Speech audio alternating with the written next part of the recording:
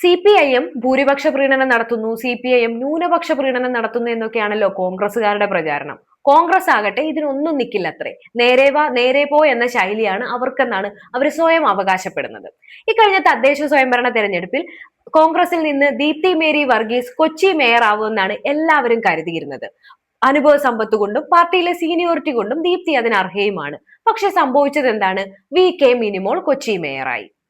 അതെങ്ങനെ സംഭവിച്ചു എന്ന് കുറെ പേരൊക്കെ അന്ന് ചിന്തിച്ചിരുന്നു. അപ്പോഴാണ് ലത്തീൻ സഭ VK മിനിമോളെ മേയറാക്കണമെന്ന് UDF നേതൃത്വത്തോട് ആവശ്യപ്പെട്ടു എന്നുള്ള വാർത്തകൾ പുറത്തു വരുന്നത്. ആകെ 76 കൗൺസിലർമാരാണ് കൊച്ചി കോർപ്പറേഷനിലുള്ളത്. ഇതിൽ 26 കൗൺസിലർമാരും ലത്തീൻ സഭയിൽ ഉൾപ്പെട്ടവരാണ്.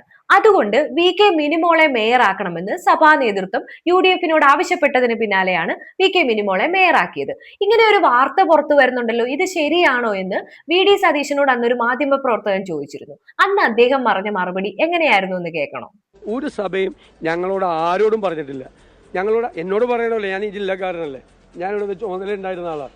എന്നോട് പറഞ്ഞിട്ടില്ല, ഞാൻ DCC പ്രസിഡന്റിനോട് പറഞ്ഞിട്ടില്ല. അതാണ് സാമുദായിക സമവാക്യം നോക്കിയല്ല അത്രേ കോൺഗ്രസ് പദവികൾ തീരുമാനിക്കുന്നത്. അതിന് കോൺഗ്രസിന് ഒരു ബാലൻസ് ഉണ്ടത്രേ. മേയറെ തീരുമാനിക്കാൻ കോൺഗ്രസിന് കൃത്യമായ നടപടികൾ ഉണ്ടത്രേ. ആയിക്കോട്ടെ, പ്രതിപക്ഷ നേതാവ് പറഞ്ഞതല്ലേ, നമ്മൾ അതങ്ങ് വിശ്വസിച്ചു.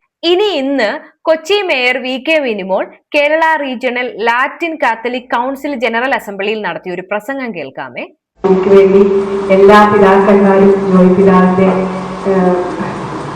പിതാവിന്റെയൊക്കെ നേതൃത്വത്തില് എല്ലാ പിതാക്കന്മാരും ഇതിനു വേണ്ടി പറഞ്ഞിട്ടുണ്ടെന്ന് എനിക്കറിയാം. ഇപ്പൊ എങ്ങനെയുണ്ട്? പിതാക്കന്മാര് പറഞ്ഞിട്ടാണത്രേ തന്നെ മേയറാക്കിയതെന്നാണ് VK മിനിമോൾ പറയുന്നത്. സത്യത്തിൽ പ്രതിപക്ഷ നേതാവിന്റെ ഒക്കെ സ്ഥാനത്തിരുന്ന് ഇങ്ങനെ നുണ പറയാൻ പാടുണ്ടോ? ജനങ്ങളാണ് ജനപ്രതിനിധികളെ തെരഞ്ഞെടുക്കുന്നത്. ജാതിയും മതവും സമുദായവും ഒക്കെ നോക്കി സ്ഥാനം ഇങ്ങനെ വീതിച്ചു കൊടുക്കലാണോ കോൺഗ്രസിന്റെ പണി? അങ്ങനെയാണെങ്കിൽ ജനാധിപത്യത്തിന് ഈ നാട്ടിൽ എന്താണ് വിലയുള്ളത്? കോൺഗ്രസിന്റെ കാര്യത്തിൽ ഇത് ആദ്യത്തെ അനുഭവമൊന്നുമല്ല കേട്ടോ. KPCC പ്രസിഡന്റിന്റെ കാര്യം തന്നെ എടുക്കാം.